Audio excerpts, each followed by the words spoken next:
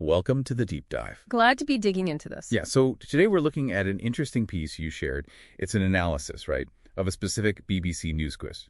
That's it. BBC East of England from late May or early June 2025. And our goal here really is to unpack what this kind of analysis tells us, about how news gets presented now. Especially online, in the digital space. It's changing fast. So what's the first thing the analysis highlights about this quiz? Well, right off the bat, it makes it really clear that the quiz itself, it isn't there to teach you the news fresh. Okay, so not like a lesson. No, exactly. Think of the source we have as an article about the quiz. And that article says the quiz is interactive, sure, but it's designed to test what you already know.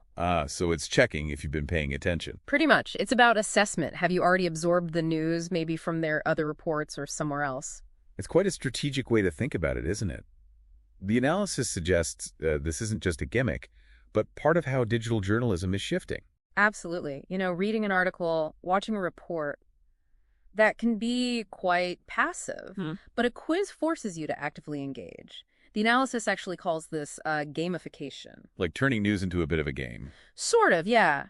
Adding that element of maybe fun or challenge, it suggests news outlets are maybe less about just broadcasting information. And more about creating experiences that reinforce things. Exactly, facilitating experiences that help things stick.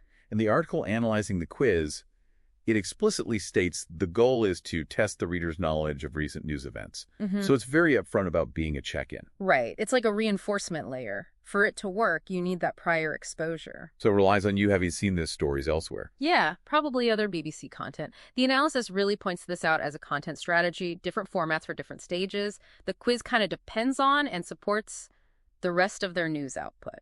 Now, the analysis itself doesn't really argue a specific point, but you get the sense it's suggesting something, right? Like, readers should be following local news. That's an interesting implication, yeah.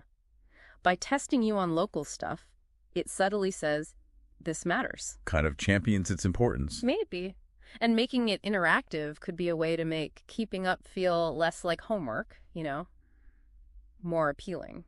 The analysis hints it's about cultivating that informed local audience. Something I found really telling in the analysis was its observation about what's missing from the quiz article itself, like detailed facts. Oh, that's a sharp point in the analysis. It shows the quiz article is kind of a meta layer. Like a gateway.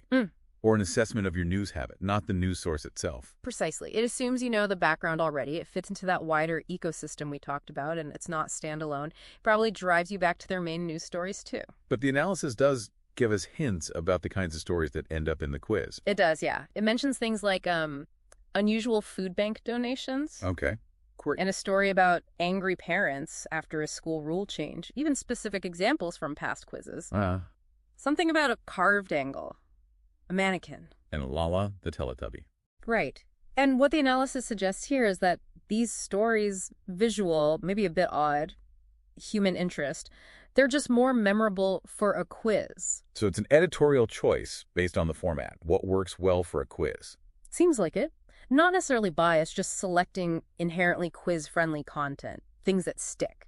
And the analysis also noted they mix it up, including national top stories alongside the local quiz questions, things like government spending or MI5. Yeah, the analysis presents that as a pretty smart, layered approach. How so? Well, you might come for the local quiz, but then you also get exposed to the big national headlines. It's efficient, the analysis implies. Cross-promoting content, basically, serving local and national interest in one go. Exactly. Streamlining the user experience while covering more ground. Lastly, the analysis touched on other interactive bits, beyond just the quiz questions. Links for data collection, contact forms. The analysis points to this as being quite strategic, too. Data-driven. Learning what works. Yeah, seeing how people interact helps them refine things. And the feedback form, well, that suggests a two-way street. Audience input shaping the news product. So it's left broadcasting, more relationship building, while also gathering data. That seems to be the suggestion from the analysis, yeah, an interactive loop. Okay, so let's quickly recap what this means for you listening. This deep dive, looking at the analysis of that BBC quiz, it really shows how news outlets are getting creative. Using interactive formats like quizzes to keep you engaged and help reinforce stuff you've probably already seen. And it highlights those strategic choices, what makes a story quiz-worthy. often visual or human interest stuff. And how mixing local and national news creates that layered experience, plus the whole data gathering aspect behind the scenes. Understanding how the news gets packaged, why certain formats are used, it gives you real insight into the digital media world you're in every day. Makes you a bit more savvy about what you're consuming and why it's presented that way. So here's a final thought to leave you with.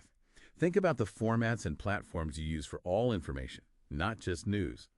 How might those platforms themselves subtly shape how you process, understand, and even remember what you learn?